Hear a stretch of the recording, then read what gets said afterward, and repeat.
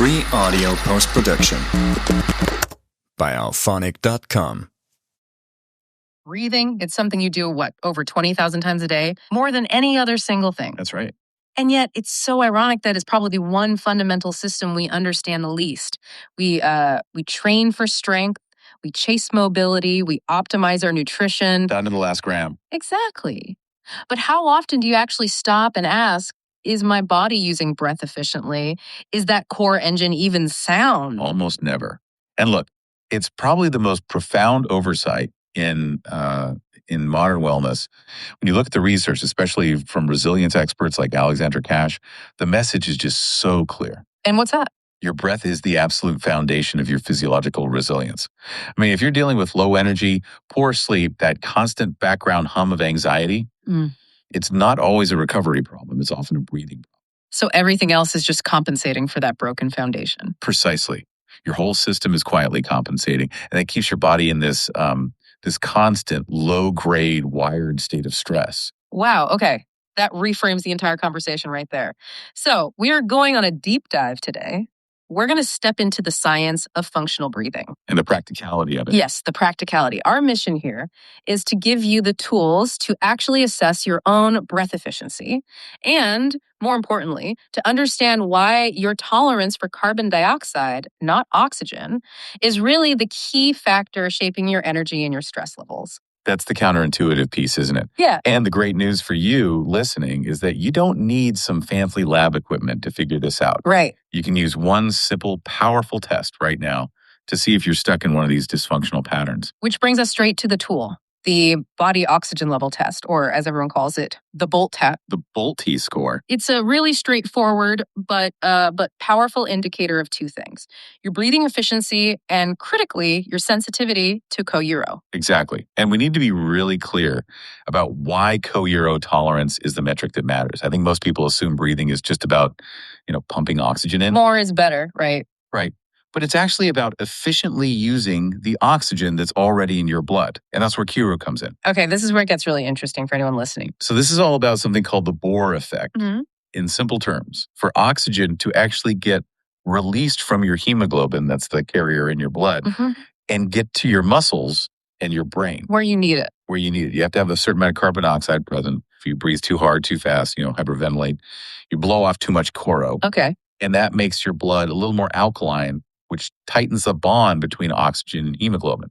So the result is you could be taking in tons of oxygen, but your body just can't use it. So a low BOLT score doesn't mean you're running out of oxygen. It means your body is it's overreacting to a completely normal, harmless buildup of choro. Yes. It misinterprets it as a threat, as suffocation. And that triggers that panicky, stressful urge to gasp for air, which just makes the whole problem worse. Precisely. So the test measures the time it takes for that first involuntary stress signal to hit. Okay, let's walk through it. How can you do this test right now and get a real baseline? There are 5 really critical steps. And the preparation is key. It is. So first, you just sit comfortably upright and breathe normally through your nose for a minute or two. Just settle down. Let your system calm down. Second, and this is so important for accuracy, you take a completely normal, relaxed breath in and a completely relaxed breath out, all through the nose.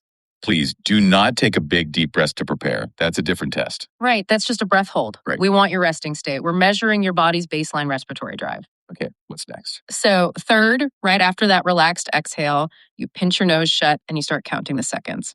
Fourth, you stop the count the instant you feel that first strong urge to breathe. And that urge might feel like a tiny spasm in your throat. Or maybe your diaphragm contracts a little. Or a strong need to swallow. That's the signal. That's your starting point. That is the moment your co-euro stress reflex is kicking in.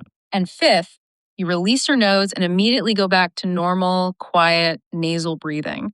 If you have to take a huge, noisy gasp for air, you held it too long. Right. You pushed past that first urge. Just invalidate the test and try again later. Okay, so you have your number. What does it mean? Well, now you can interpret it. If your result is less than 20 seconds, that's a really clear sign of a chronic dysfunctional pattern. It's heavily linked to hyperventilation or co-euro tolerance. Your nervous system is basically on a hair trigger. And what if you land between 20 and 40 seconds? That's moderate function. You're getting by. But there is significant room to optimize your energy, reduce that chronic stress. But the goal, the real benchmark for resilience, is 40 seconds or more. 40 plus is excellent. It means you have great breathing efficiency, a high tolerance for co-euro, and your body is using oxygen optimally right down to the cellular level. So if your score is below 40, the path forward is clear. It's time for some breathing re-education. That's cool. And that brings us right to the fundamentals. This isn't about some fancy app or a quick fix. This is about correcting the mechanics you use 24 hours a day. And what's so fascinating is at the moment you start, you immediately begin to bring balance back to your whole nervous system. The first principle is just an uncompromising commitment to full-time nasal breathing. Full-time. Full-time. Mouth breathing just disrupts everything. It bypasses filtration, increases water loss, and it signals stress to your brain. Okay, but that's a huge ask. You're saying 2 of 4-7, rest, work, even during exercise. What about someone who says they have chronic congestion or they just can't breathe through their nose during a hard workout? Well, that discomfort is why their BOLT score is low. The body is just out of practice. If you can't breathe through your nose during intense exercise, it's a sign that the intensity is too high for your current respiratory fitness. So dial it back. Exactly. Dial the exercise back until you can comfortably breathe through your nose and then slowly build that capacity over time. For sleep and rest, that's where the commitment really starts. That makes sense. It provides a clear path. What's the second principle? Second is correcting the resting position of your tongue. Your tongue should rest gently against the roof of your mouth, not just lying at the bottom. Why does that matter? It naturally supports nasal breathing, it stabilizes your jaw, and it helps keep your airway optimally open. It's a huge structural support. Third, we have to slow the breathing rate way down. Because most people are breathing too fast. Way too fast, especially with a low BOLT score. You're probably taking 14, 16, even 20 shallow breaths a minute without even realizing it. The goal is a controlled rhythmic pace, ideally heading towards 6 to 10 breaths per minute at rest. And the fourth principle is engaging the diaphragm properly. That big dome-shaped muscle. The primary muscle of respiration. Right. So if you see your shoulders rising when you breathe in, that's a bad sign. You're using your upper chest muscle. Using accessory muscles, yeah. You need to focus on feeling your lower ribs expand out to the sides, sort of like an umbrella opening. And the fifth principle. The fifth is achieving what we call normal, minute ventilation. It's a bit of jargon, but it's important. It just means optimizing that balance between your breathing rate, how often you breathe, and the volume, how much air you take in. So not too fast and not too deep. Exactly. Dysfunctional breathers often take these quick, large breaths, which becomes way too much cardio. The goal at rest is light, quiet, almost invisible breathing. Okay, shifting from mechanics to the impact on recovery, we have to talk about the nervous system. The key player here is the vagus nerve, right? Absolutely. If you want resilience, less anxiety, better recovery, the vagus nerve is your direct line into the parasympathetic system. That's our rest and digest state. And we're trying to improve something called vagal tone. That's right. Think of vagal tone like muscle tone. High tone means your body can quickly and efficiently shift from stress back to calm. Low tone means you get stuck in that fight or flight mode. And slow breathing is the lever to improve that. It's one of the most powerful levers we have.